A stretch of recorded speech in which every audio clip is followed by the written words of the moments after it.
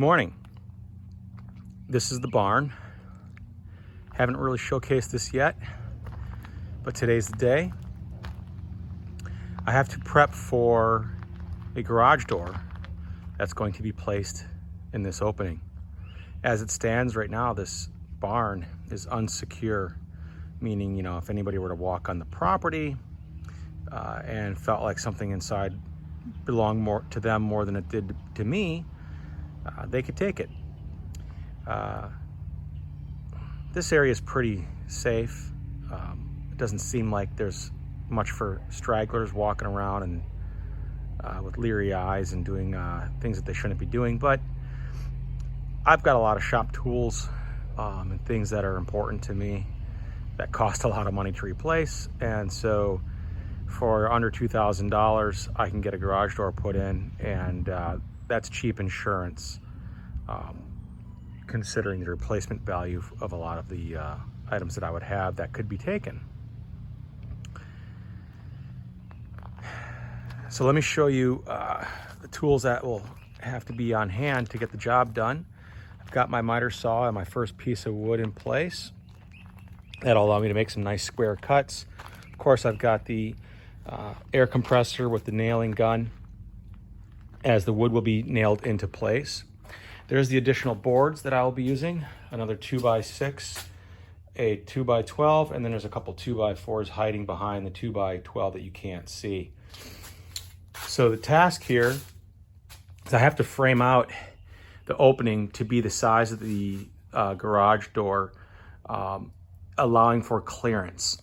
So right now as it stands, they just can't come in and put a garage door for this size opening because the distance from there to there is too small for the garage door to roll up and then, go out.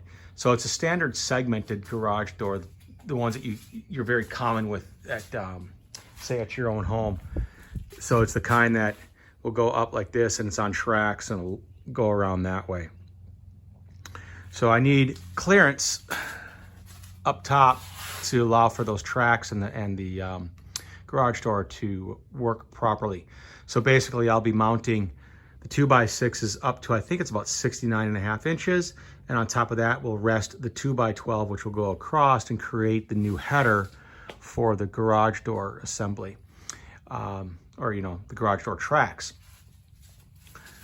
Then the tracks will run down and they'll get connected in this general area. This light will get relocated to that bar there, which is easy enough to do because it just plugs in right there. So I just unplug it, move it down, plug it back in, and I'll be good to go. So I think that's it. It's a pretty simple task. There's a few details that I will touch base with after I get the first 3 boards in place, and we'll discuss that.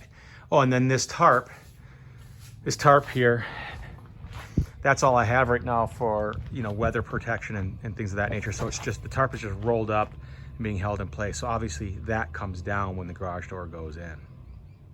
All right, let's get her done. That is how it's supposed to look. 2x12 across the top, runs all the way to the other side. That's the header for the garage door. And then these here are the supports where the garage door rail will go. So when the garage door comes up and around, where it curves right there is where the garage door will seal to the header, creating like let's call it an airtight, seal. So there should not be any gap. Now what I'm going to do is when this tarp comes down, you'll see that the facade here does not line up with the new wood, right? So the wood comes down quite a bit further than the facade. So behind the tarp, there's a little bit of like pretty trim work basically that trimmed out the original door.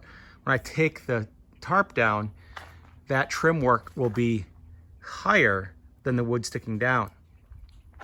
So I need to get a piece of trim work to fill that gap so that it comes flush to right there. So I've got two 2x4s, and I'm gonna put the bottom 2x4 flush with the header and another 2x4 stacked on top of that. So it'll be two 2x4s. Basically, it'll create a connection point.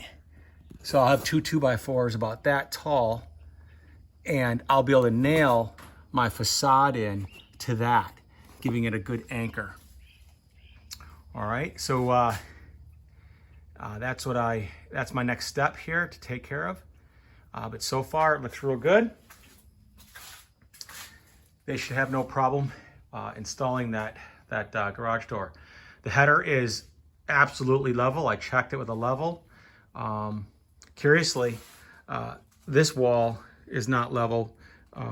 It is narrower on the inside than it is on the top, but I followed the original outline of the door, and they'll just make their rail, come straight, because the garage door is mounted on the inside anyways. So they'll have their rail out here, the garage door will be here, and it will be perfect. So they'll be able to account for the loss of square. All right, on to the next step. I wanted to show you how I got the first board clamped in place so that I can nail it. Basically, all I did was pick that end up until it was just, roughly really close to like even with the board that it's clamped to. And I just clamped it. And that meant that board was coming down. It was just resting on the ground, right? I just clamped it in the corner. It was just resting. And then I took my ladder, brought it over here, climbed up on the ladder, and then I just lifted the piece until it was in place and it was flush with this board. And then I clamped it. Then I went back over there and double checked that this board was flush with that board. It was not, but it was only off a little bit. So I loosened the clamp, shimmied the board up until it was flush, and now they're both flush. So I'm just gonna get on my ladder with my nailing gun and pound that bad boy into place. Second board's in place. So I wanna show you how the trim would end up working at this point. So if this board here, right, it's about 3/4 of an inch roughly thick, was the trim piece, that board's gonna go up, right, in here as such, and it's just gonna run across all the way, all right, down that way. And so it'll, the idea is that it'll make it look a little prettier. So this is not gonna be the trim. It's gonna be something of roughly the same dimension, but there's trim work I believe I can find at Home Depot that will have roughly the same texture, and it'll kind of blend in a lot better. So that's it. Now I just have to wait for the garage door people to contact me to let me know about the install date. And when that happens, that morning I'll come out, I'll tear the, well, I won't tear down, right? I'll take down the tarp, and they'll show up and they'll do their magic, and then I'll have a locking garage door. All right, guys, thanks for tuning in. If you like what you see and you have any questions, first, if you like what you see, so, subscribe and like, give us the thumbs up, please. If you have any questions, leave them in the comments. We try to answer all comments, and hopefully we'll see you again in a future episode. Thanks, bye-bye.